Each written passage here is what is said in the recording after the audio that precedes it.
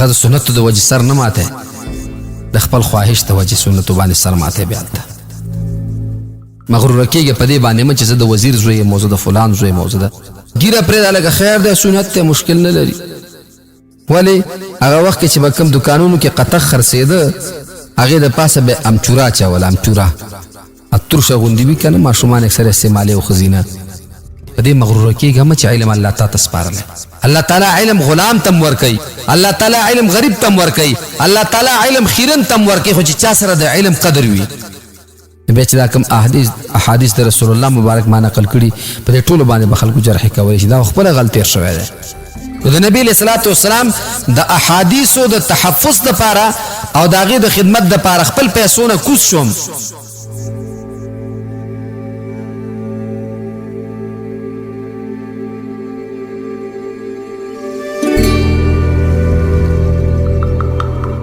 الحمد لله وكفى وسلام على عباده الذين اصطفى. أما بعد فأعوذ بالله من الشيطان الرجيم. بسم الله الرحمن الرحيم. قال الله تبارك وتعالى إن الله وملائكته يصلون على النبي يا أيها الذين آمنوا صلوا عليه وسلموا تسليما. اللهم صل على سيدنا ومولانا محمد وعلى آل سيدنا ومولانا محمد كما صليت على إبراهيم وعلى آل إبراهيم إنك حميد مجيد. دروخان الله طول قدر من منوالو. السلام عليكم ورحمة الله وبركاته. دا د یو ځل بیا زه عبدالاحد خاکسار ستاسو په درانه خدمت یم. زمونږ نننی بحث تقریبا ډیر تعلق د طالب علمانو د مدرسې سره لري او د زده کوونکو د مکاتبو سره لري. علم زده کو څه به کوو، د دې علم زده کولو دپاره څه پکار دي، ځکه هر څیز دا اسباب لري.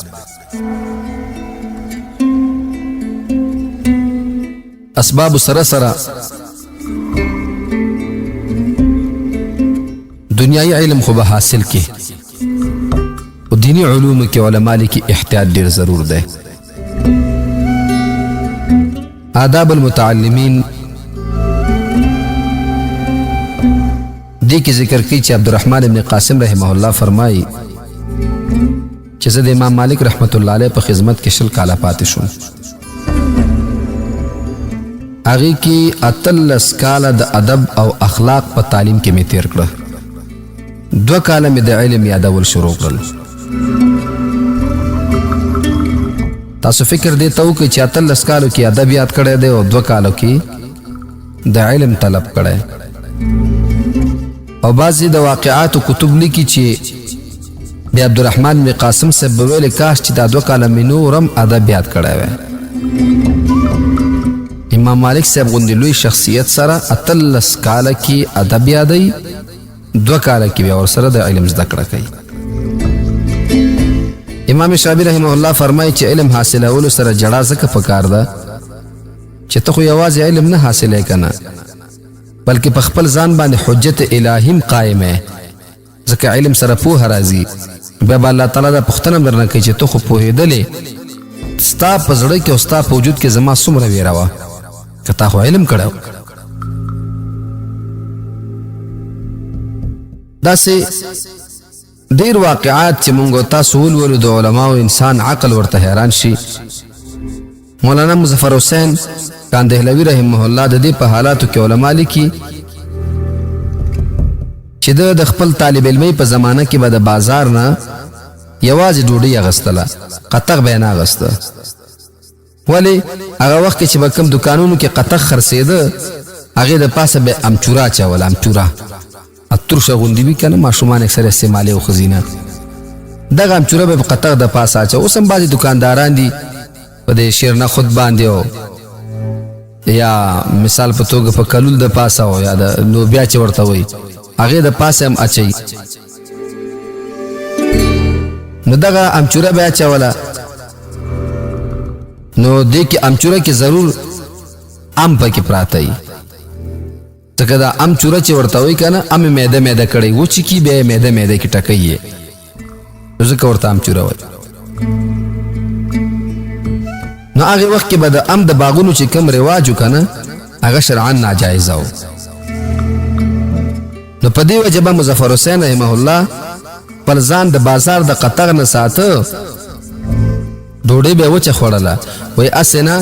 چې د دغې ام بیع هم په ناجایزې طریقې سره شوي وي او دغه حرام مال مې ګېډې ته ښکته نه شي چې د علم دپاره مانع ونه ګرځي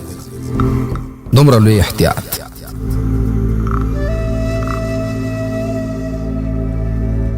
انسان ورته حیران شي مولانا خلیل احمد سهارنپوري رحمت الله علیه چې دا د ابو داود شریف شرحه کې ډېره خواري کړې بذل المجهود کې او دا د مولانا زکریا رحمه الله استاذ دی دارالعلوم دیوبند عقاید باندې د کتاب لیکلی دی المهند علی المفند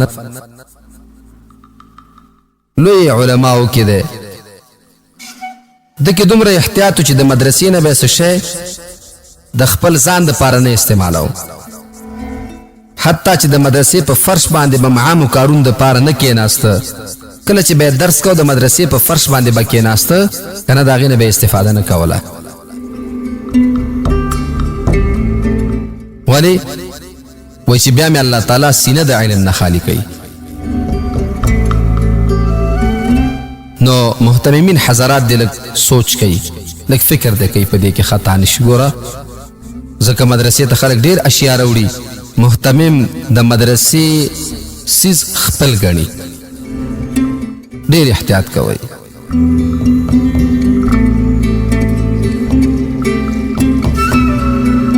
یو کتاب دی اساتذه کے لیے تربیتی واقعات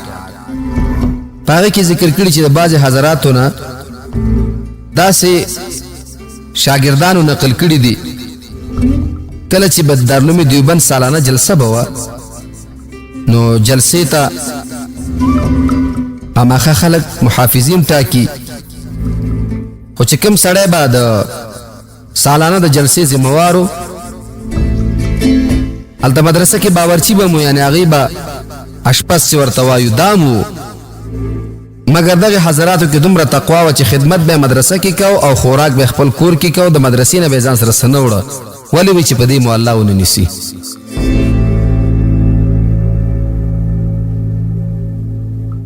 دا د تقوا غا اندازو دارالعلوم دیوبند د طالب العلم په اړه راځي چې یو ځل د ماسخوتن مانځه نه بعد لږ وخت چې تېر شه نو دا صاحب میلمه دی په دې کوټه کې دی سره ډیوې مړه کړله او دستي پسې بله ولګوله تا به راواغسته مطالعه شروع کړه اتفاقا دا سړی ما پوښتنه وکړه د طالب العلم نه چې ولې چې شته د هغه ډیوه مړه کړله او دا دې ولګوله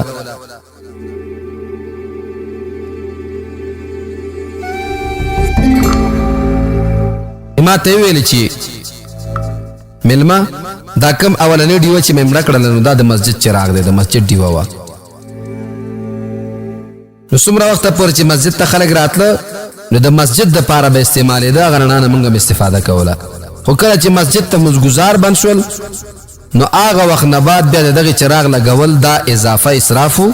هغه مې مړ که او ځان ته مې خپل هغه ډیوه ولګوله ځکه دې کې زه خپل تیره چومه او د علم د حاصلولو دپاره حرام مال زه نه استعمالوم ځکه چې الله تعالی ما ته صحیح علم راکړي صحیح علم مې نصیب شي اوس راځو هغه خپلو کمزوریو ته کم مساجدو سره چې کورونه وي مولوي صاحب د هغې د مسجد هغه برق داسې بېدردۍ باندې استعمالوي داسې بېدردۍ باندې یا اندازه نشته بیا نوم اورېدلی وي دا مفت دی د الله بندګانو مفت خو دی نو ستا دپاره خو نه د هغې خو مسجد دپاره مفت کړی دی نو که دا چېرته د وخت د حکومت د طرف نه د مسجد د امام دپاره د استعمال اجازه نه بیا خو ناروا دی که نه او موږ چې څومره پوښتنه کړې وه نو تقریبا چې ویلي چې دا د مسجد دپاره دی نه د مسجد د امام دپاره نور والله اعلم تقوا دا ده چې ځان ترې وساتلی شي مولانا زکریا رحمت الله علیه مشهوره څیره د ټوله دنیا یې پیژني زمونږ په علماء دیوبند کې لوی سړی تیر شوی دی، الله تعالی دې غریق الرحمت وګرځوي د ټولو علماو د ټول امت مسلمه سره. هغه به فرمایل چې طالب العلم چې د علم د حاصلولو په زمانه کې صاحب نسبت نشه نو دا شی هم نه دی. ځکه وی طالب العلم ته پکار دی چې هغه تابعداري د سنتو ډیر لازمه کې په ځان باندې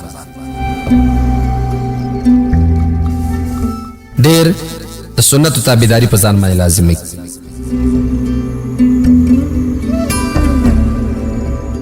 دا طالب العلم ته پکار دی. ولی وجه دا ده چې د سنتو تابعداري وکړي نو الله تعالی به ورته علم ورکړي. اوس خو صاحب طالب جان چې کله راوځي د مسجد نه د مدرسې نه لکه سور کړی چرګ ویښتان یې ورته تاړولي او غوړ کړي او صاحب کالی ته وګوره اوته کړی او بوټان یې وګوره پالش کړی. صاحب ته وایي که چېرته د وخت د وزیر زوی دی یا خپل وزیر راووته لاره کې به رواني هسې به ګرد د ځان نه سنډي را سنډي، نه به یې چېرته پټکی په سر وګوري، نه به یې چېرته په سنتو برابر وګوري، نه به یې ګیرې په سنتو برابر وګوري. خوله کې به یې جول اچولي لکه د نجونو غوندې ټقی ټوقی ټقی ټوقی لاره کې به رواني پړقي را پړقي. بعض انسان خو د ضرورت لري ډاکټر ورته وایي چې ستا د جامو تکلیف دی ته جوله استعمالوه. نور خو جوله د ښځو سره ښه ښکاري نه د سړو سره. اوس هلکان یې د هغې نه زیات استعمالوي او بیا شرم هم نه ورځي. پړقانه تې جوړه کړه پاک نارې کې بیا لګیا شي، بیا ټسه ټوسه بیا لګیایي، دنداسه م استعمالوي، پانه م استعمالوي. نه پوهېږي چې دا ولې دومره دې څیزونو سره مینه پیدا شوه. بیا سمسې پاک دعا ولې نه کوي چې خدایه پاکه جلۍ رانه جوړه کړي ځکه د جلۍ عادات مې خوښ دي. دا څه ژوند شو؟ الله نارینه پیدا کړی او ځان یې د ښځوټی جوړ کړی. او دا خو طالب علمان د مدرسې کې لږ کمي دا نوجوانان نه دي چې بې تعلیمه پاتې شي. دی بیا ډېر زیات په دې غم کې اخته وي. خفه نه شئ عزتمندو، خو اصلاح دپاره باید چې خبره وشي. سټایل دی نو د هرې جدا جدا. اوس صاحبه د سترګو تکلیف بیانوي، چشمه کې به یې اچولي، چشمه کې وایي به چې زما د سترګو تکلیف دی. نجونه د هغې نه زیات سټایلي شوله او هلکان د هغې نه زیات. منځ کې ټکی علم په زړه کې د یو هم نشته دی، مغزو کې نشته. که پوښتنه ترې وکړي ټکی به ورته یاد نه وي. مولانا زکریا رحمه الله فرمایي چې طالب العلم د علم د طلب په وخت کې د سنتو تابعداري ونه کړه دی بیا وروسته نشي کولی. او هغه به یو واقعه کوله. وایي دو طالبانو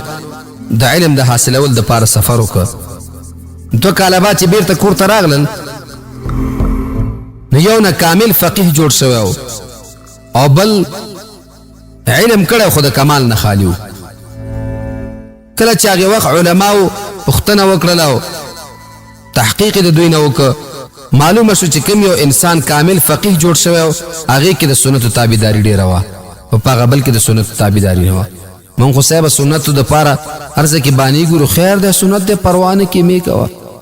خیر دی د عمل سنت دی، ګیره پرېږده لکه خیر دی سنت دی مشکل نه لري، جامې دې په سنت طریقې برابر کړه خیر دی نو دا خو یو عادي سنت، پټکی په سر کوه زه خیر دی نو دا خو سنت دي. کم سنتو کې چې ستا فایده ده په هغې خو سر ماته، هغه د سنتو د وجې سر نه ماته، د خپل خواهش د وجې سنتو باندې سر ماته بیا هلته. احتیاط طالب العلم دپاره ډېر ضرور دی. ګورئ که چېرته مونږ تاسو فکر وکړو ګوره دا خبره به بارها ځل ثابته شي چې علم یوازې دا نه دی ګوره چې یو انسان علم وکړي او بس خبره خلاصه نه، او یا به الله تعالی دا علم هغې خلکو ته ورکوي چې کوم خلک لوی خلک دي. نه نه نه، غلامانو ته الله تعالی علم ورکوي. غلامانو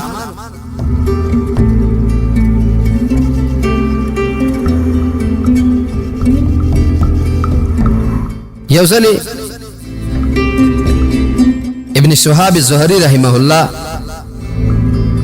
دا عبدالملک دربار ته ورسېده.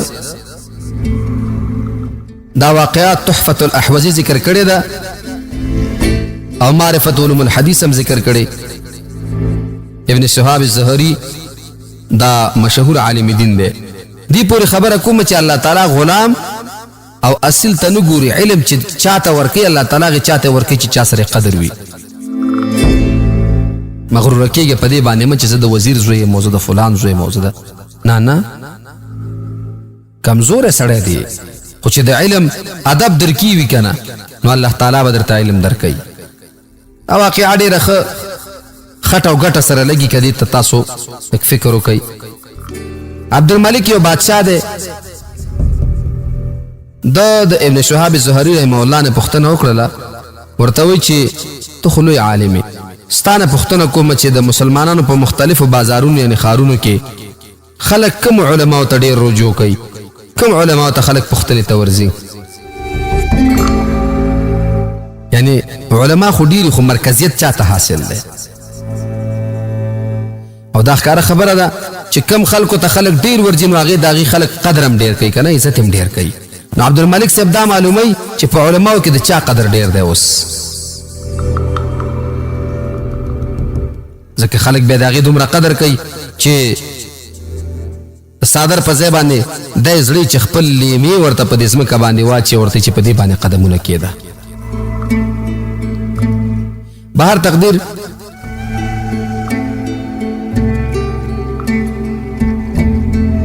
عبدالملک پوښتنه وکړله چې زه درنه پوښتنه کوم ته به جواب راکې.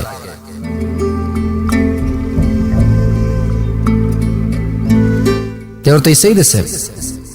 عبدالملک ورته وایي په دې وخت کې ته د کوم ځای نه راغلی؟ ابن شهاب الزهري صاحب ورته وایي د مکې مکرمې نه راغلی یم.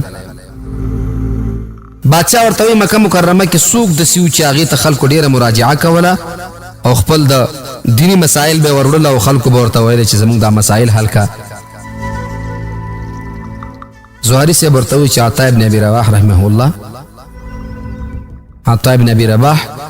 رحمه الله دا داسې یو سړی دی چې مکه معظمه کې مشهور دی او خلک دې ته ډېر ورځي، د علم زده کړه ترې نه کوي. بادشاه ورته وایي دا د عربو خاندان سړی دی که غلام دی؟ زهري صاحب ورته دا یو غلام دی.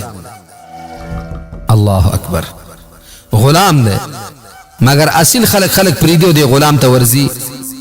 د ده نه علم زده کوي. بادشاه پوښتنه وکړله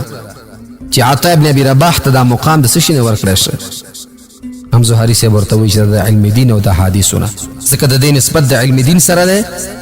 د احادیثو مبارکو سره دی، د عزت ورته الله تعالی ځکه ورکړی.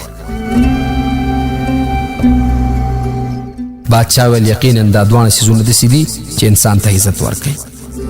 نو علم دې پورې نه دی چې د بادشاه زوی به یې حاصلولی شي، د وزیر زوی به یې حاصلولی شي او د غریب سړي زوی یا د غلام سړي زوی یا په خپله غلام به یې نشي حاصلولی. نه، دا غلطه ده، دا غلط. بیا بادشاه ورته وایي ښه اوس دا راته ووایه چې په یمن کې څوک داسې مشهور دي چې هغې ته خلک ورځي د علم د زده کړې دپاره؟ زهري رحمه الله ورته فرمایي طاووس ابن کیسان رحمه الله، دې ته خلک ډېر راځي، د دې نه د علم زده کړه کوي. بادشاه ورته وایي دا عربي دی که غلام دی؟ هم زهري صاحب ورته وایي دا غلام دی. ګورئ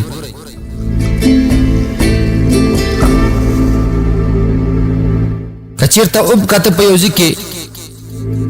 د یو غریب سړي زوی علم حاصل که خندا ورپسې مه کوئ. دې دپاره دا علم د الله تعالی ورکړه ده او دا ادب لري، ضرورت ادب ته لري چې ادب به د علم کوي. ګوره دا یې ورته غلام یاد کړي چې غلام دی. دا بادشاه په قار شو ورته وایي ووایه مصر کې څوک داسې دی چې هغې ته خلک ډېر ځي د مسایلو پوښتنې ترې نه کوي، د خلکو په ذهن کې عزتمند دی او لوی سړی دی. هم زهري صاحب ورته وایي یزید ابن حسیب رحمه الله. بادشاه ورته وایي دا عربي دی که غلام دی؟ زهري صاحب ورته وایي دا هم غلام دی.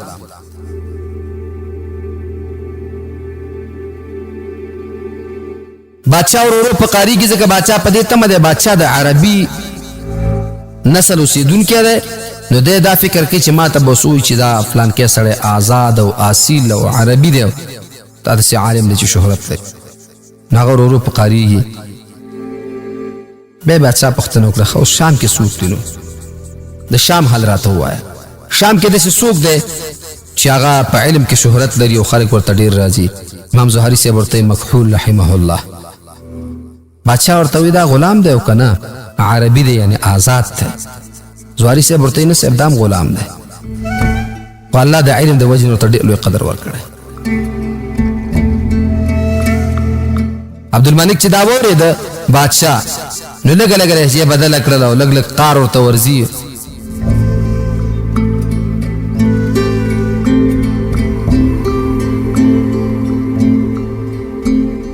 او زهري صاحب خو داسې عالم دی چې دې ته دا علما ټول معلوم دي که نه ځکه عالم پیژني بادشاہ ورته وی د دجلې او فرات په درمیان علاقو کې داسې څوک سړی دی چې هغې ته خلک د علم د زده کړې دپاره ورځي یا خلک ترېنه علم یادوي هغه څوک دی زهري صاحب ورته وی میمون ابن مهران رحمه الله دا سړی دې ته خلک علم زده کړې دپاره ورځي او علم ترېنه یادوي قوي علم الله ورکړی بادشاہ ورته وی دا سړی عربي دی که غلام دی دا عالم زهري صاحب ورته دا هم غلام دی بادشاہ په قارش دا څنګه چل دی هر یو غلام دی بیا ورته وی ووایه په ټول عراق کې فقیه څوک دی چې په فقه کې شهرت لري او قوي عالم دی هغه څوک دی زهري صاحب ورته وی حسن بن ابي الحسن او محمد بن سیرین رحمت الله تعالی علیهما دا دوه عالمان داسې دي چې دا شهرت لري او فقیهان دي زهري صاحب ته وایي چې بادشاہ ورته وایي دا دوان عربیان دي که غلامان دي وینه صاحب دوان غلامان دي بادشاہ ډېر په قار شو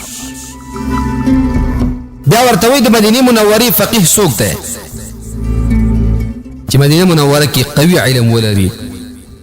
امام زهري صاحب ورته وایي زید بن اسلم محمد بن المنکدر او نافع بن ابي نجيح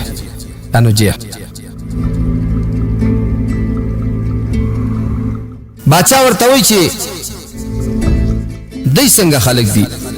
نسبت چا سره دی زهري صاحب ورته وایي دا دواړه غلامان چې دا خبرې وکړه بادشاہ دپاره دا خبر ازمول ډېر مشکل شو او ساه یې بنده کېږي سترګې بندې کولاوي او ډېر په قار شو سوړه سویلی شروع کړه وایي دا څه مسله دې شروع کړې ده چې پښتونه کومه نو غلام دی پښتونه کومه نو غلام دی دا چی کوې ته بیا ورته بادشاہ وایي ووایه خراسان کې لوی عالم څوک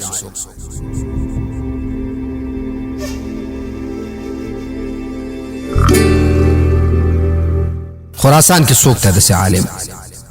زهري صاحب ورته وایي اسحاق صاحب دی عطا ابن عبدالله خراسانی دی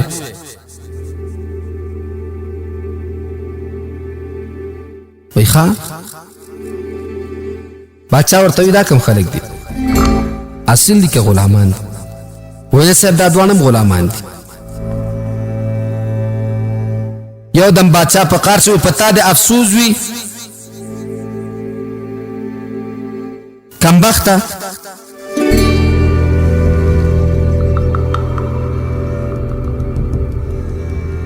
داسې خو راته څوک وښیه چې هغه عربي که نه زه وایي د دې هېواد خو ډېر زیات ولایتونه دي ما ستانه پوښتنه وکړله چې هغه خلک څوک دي چې خلک ورته مراجعین ډېر زیات لري او خلک ځي او پوښتنې کوي ترېنه عبدالملک صاحب دا تمه وه چې کېدی شي څه عربي علما راته وښیي چې آزاد او اصیل وي په قار شو ورته وایي ووایه مسلمانانو کې په کوفه کې مرکزی حیثیت چاته حاصل دی چې خلک ورته راځي او پوښتنې د مسالو ته نه کوي او په خلکو کې ښه شهرت لري الله ښه شهرت ورکړی هغه څوک دی امام زهري صاحب ورته ابراهیم النخعي او علامه شبیر رحمه الله ابن شاد صاحب چې امام زهري رحمه الله وای کچیر تما دغه وخت کې ویلې وای چې د دوانو کې غلامان دي یو غلام نوم یې اخسته وای ما ته د 100% یقینو چې ما ته به دومره سخت سزا را کړې وای اگر چې په دغه وخت کې په کوفه کې حماد بن ابي سليمان او حکم بن عتبه دا دوه غلامانو مگر دوی سره د دې چې غلامان مو خو عربيان مو وای ما ته هغه وخت د غلامانو په نوم غستو کې د شرم هغه آثار په نظر باندې راغلل وای ما ځکه ویل چې ابراهیم نخعي او امام شعبي تا عربيانو وای ما چې کړه د ابراهیم نخعي صاحب او د امام شعبي صاحب د دې نوم واغسته نو بادشاہ ډېر د خوشحالۍ نه چغه کړه چې الله اکبر الحمدلله په عربو کې علما لرو نو اطمینان وشو بادشاہ ورته امام زهري صاحب تا خو زمون کړه ومه ما فکر کو چې په دې نن وخت کې زمونږ په دې دومره لوی هیواد کې یو قاضي مونږ خپل عربي نه لرو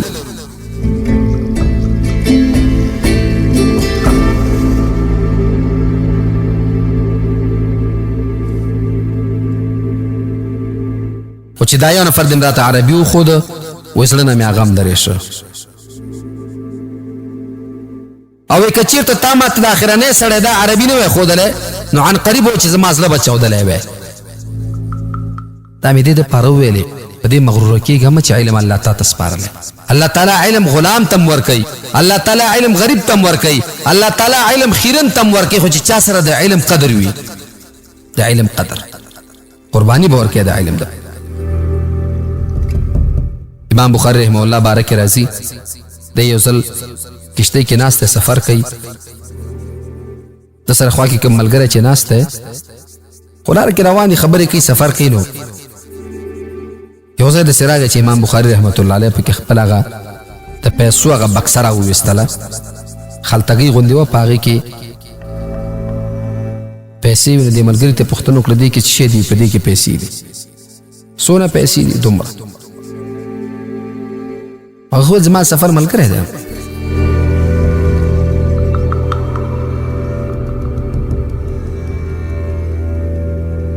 کله چې ټول دا پوښتنې وکړلې نو دا سړی په اصل کې غلو را پاسې د چغې شروع کړله چا لاله زمانه چا د پیسو خلطه پټه کړې ده دونه پیسې پکې دي دغه رنګ دی او زمانه چا دا پټه کړې په دې کې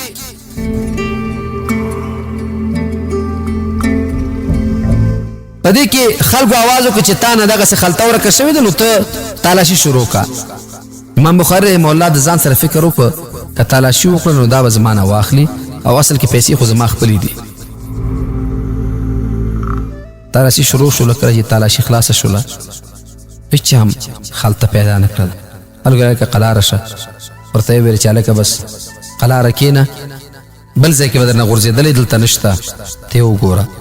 کله چې کشتۍ ودرېدلې امام بخاري صاحب چې نه کته شو نو دا غل ور منډې کړلې امام بخاري صاحب ته چې ما وبخه ځکه ما خو هغه پیسې ستا لیدلې وې ما چیغه کړه خو افسوس دا دی حیران په دې یم ووایه خلطه دې څه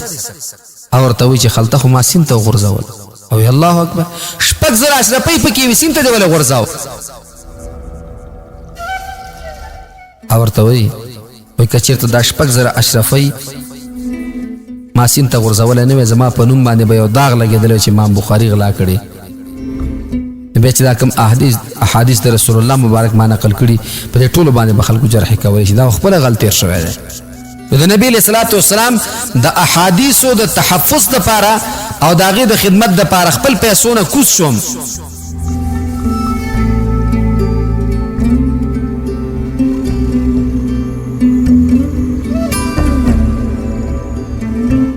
منظور می داو علم الله تعالی هر چاته نه ورکي دنیا الله هر چاته ورکي ولا يعتدين الا من احب دین هر چاته نه ورکي مگر هغه چاته ورکي چې سوګي خوښ شي الله رب الجلال ته سوګ خوښ شي هغه ته به علم ورکي معنا دا عاجزي پیدا کوي علم وکي عاجزي پیدا کوي الله به کمال درکي عاجزي پیدا کوي الله به لوی مرتبه نصیب کی باقی مو په الله سپارم. السلام علیکم.